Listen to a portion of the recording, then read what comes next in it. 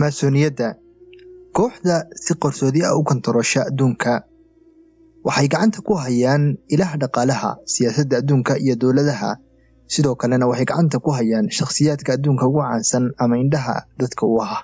maantay waxaan si qoto dheer u baarayaa arrinta maasoniyadda, beenahooda faafay iyo sirahooda.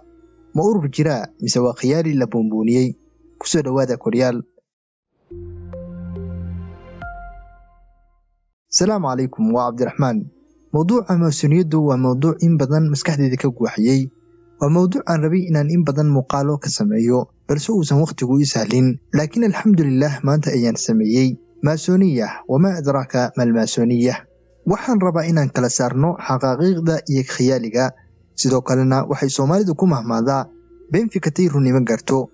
okay, maasoniyaddu xagee ka soo bilaabmatay? qarnigii 16aad ee milaadiga waxay dowladaha adduunka majaraha iyo hoggaanka u hayay kaniisadaha Kaatoolika.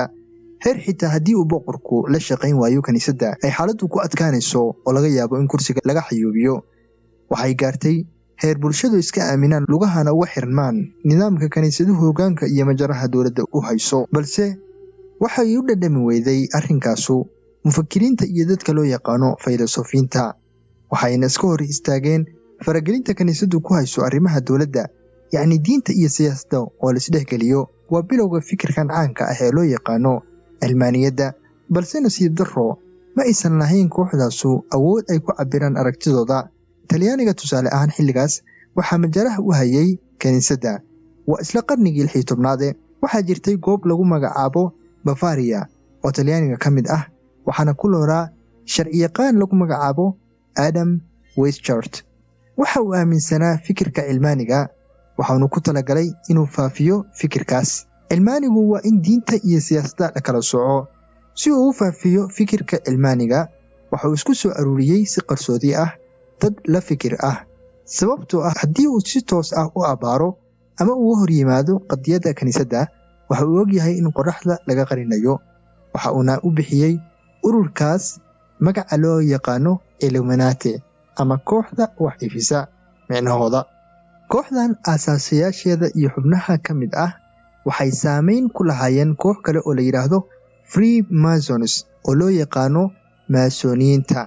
kelmadduna waxay ka timaaday Freemasons. ururkan waa ka duwan yahay Illuminati, balse afkaar fara badan ayay ka siman yihiin. waxaana dhacday in ururkii Illuminati uu burburo isla qarnigaas dhammaadkiisii, sababtoo ah waxay duulaan toosa ku noqdeen qadiyaddii kaniisadda. ururkan Illuminati waa burburay guud ahaan, balse weli waxaa nool fikradihiisii qayb ka mid ah. dhanka kale, ururka maasoniyadda weli waa nool yihiin oo xataa ma qarsoona. waa urur muuqda oo jira, waxayna ku soo bilowdeen qarnigii 13aad ee milaadiga iyagoo matalaya midowga shaqaalaha dhismayaasha. magacooda oo ah Freemasons waxaa Ingilish ahaan lagu dhahaa free oo ah xor, Masons oo ah shaqaalaha dhismayaasha, waxaana u baxay magaca caanka noqday ee maasoniyiinta. qarnigaas shaqaalaha dhismayaashu waxay ahaayeen bulshada dhexdooda kuwa ugu sarreeya. waxay lahaayeen ixtiraam gaar ah, sababtoo waxay dhisi jireen, naqshadayn jireen, dayactiri jireen goobaha cibaadada, dhismayaasha iyo nooc kasta oo la dego, nooc kastaba ha ahaatee. qarnigii ka dambeeyey waa isii siyaadayeen heerkoodu, heer ay gaareen inay noqdaan urur khaas ah, yacni ka sarreeya bulshada qaybaheeda kala duwan. marka aan eegno ururkan maantay sir maahan. kulamadooda waa la ogyahay, cidda ka midka ah iyo madaxdeeda xataa waa la ogyahay. waxay leeyihiin xataa website u gaar ah oo qofku ku cabiri karo aragtidiisa gaarka ah, sidoo kalena dadku kaga biiri karaan.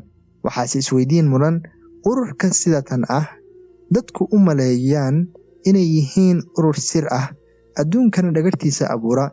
sidee nooga dhaadhicin kartaa Cabdiraxmaanow inayba duubaan xitaa shirarkooda? waa laga yaabaa inay shirarkooda dhexdooda qariyaan ama aysan tusin bulshada, balse waxay leeyihiin qaybo kala duwan daafaha dunida.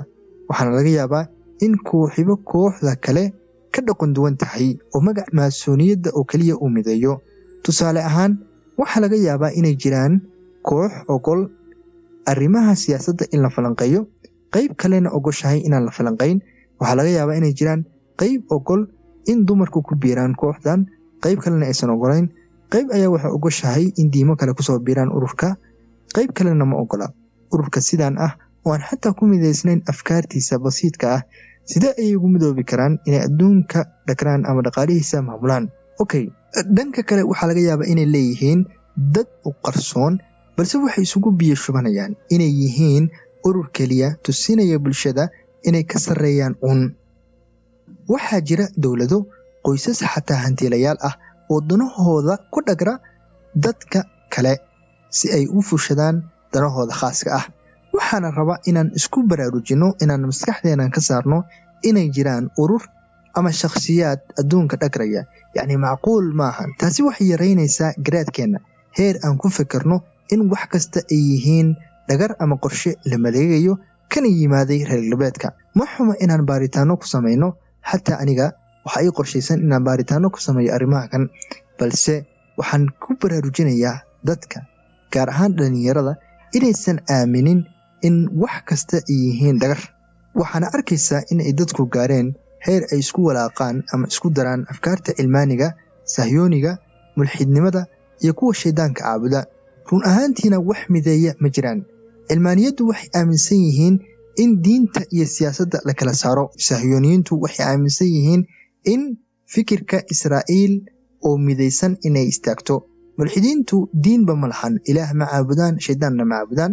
qolada kale oo shaydaanka caabudana warkooda waa cad yahay, shaydaanka ay caabudaan. marka sidee ku dhici kartaa dadkan kala afkaarta ah ujeedooyinkoodu aysan midaysnayn urur inay ku midoobaan hal urur lana yiraahdo maasoniyadda? maasoniyiintu waxay leeyihiin afkaar kala duwan dhexdooda, xataa heer dowlad kastaaba ay leedahay koox u gaar ah. marka aan leenahay waxaa jira koox adduunka majraha u haysa, walaalayaal, waa sifooyinka Eebbe subxaanahu wa tacaala. bani'aadamku waa kala aragti duwan yahay, ma dhici kardho hal fikir oo midayn kara, way yar tahay dhan kastaba. labada walaala xataa way kala aragti duwan yihiin. marka sidee ku dhici kartaa inaan aamino in koox yari adduunkan hoggaanka u hayso? macquul maahan. hadda ka hor aniga oo netka ku jira ayaa waxaan daawaday muuqaal ay sameeyeen qolo YouTube-ka caanka ah dhanka tiknoolajiga iyo kombiyuutarada. waxayna soo bandhigeen kombiyuutar u samaysan qaabka 3-goosoodka, ishiina ku sawiran tahay. waxaana iga yaabiyey inaan arko walaal ku eedeynaya inay fikirka maasoniyadda faafinayaan, iyaguna waxay u tahay qaab entertainment ah. maxaa faa'iido ugu jirta maasoniyadda laftirkooda xataa haddii si dadban qofku u qaato afkaartooda? mana fiicna in qofku isku mashquuliyo waxyaabo khiyaali ah oo aan jirin halkii uu dantiisa ka raacan lahaa. waxaa la gaaray heer buufis dadka qaar aaminaan inay shucaac buluug ah ku furi doonaan Kacbada, dadka adduunka marin doonaan kalabar ilaa ay gaarsiiyaan 1 bilyan oo qof, ama ay keeneen fayraskan dilaaga ah ee koronaha. kulli aragtiyadan waxay keenayaan inuu qofku markastaba hoos u sii daadego, heer uu ku wareero waxaan caddayn loo hayn. run ahaantii waxaan isku dayay inaan baaritaan ku sameeyo caddayn dhab ah oo bulshada la horkeeni karo, balse waxaan arkaa aragti qof kale aaminsan yahay. aragtina ma noqon kardho wax xaqiiqo ah. oo waxyaabaha sababa inay keenaan qofka psychologically cudurro la xiriira inuu ka shakiyo wax kasta, xataa akhiiran ka shakiyo naftiisa.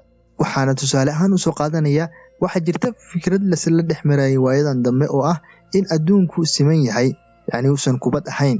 waxaana arkay dad badan oo mawduucan aad u qaadaa dhigaya.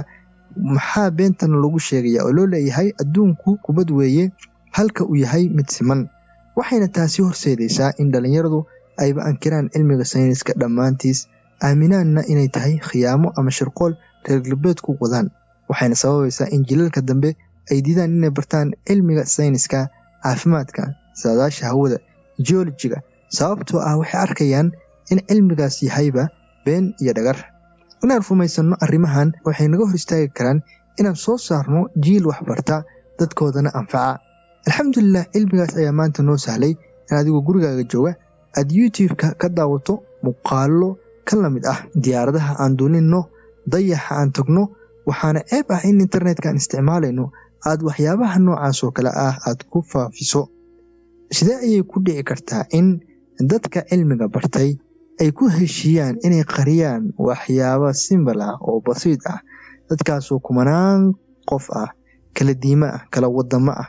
ma dhici kardho. haddaba waa sidaas si lamid ah, ma dhici kardhaa in urur yar uu adduunka hoggaanka u qabto wax dhagro? maya, ma dhici kardho. arrimaha noocaas oo kale ana qofku ma fiicna inuu maankiisa ka buuxiyo. intaas ayaan kusoo gabagabeynaynaa muuqaalkeeni maantay, وبالله توفيق.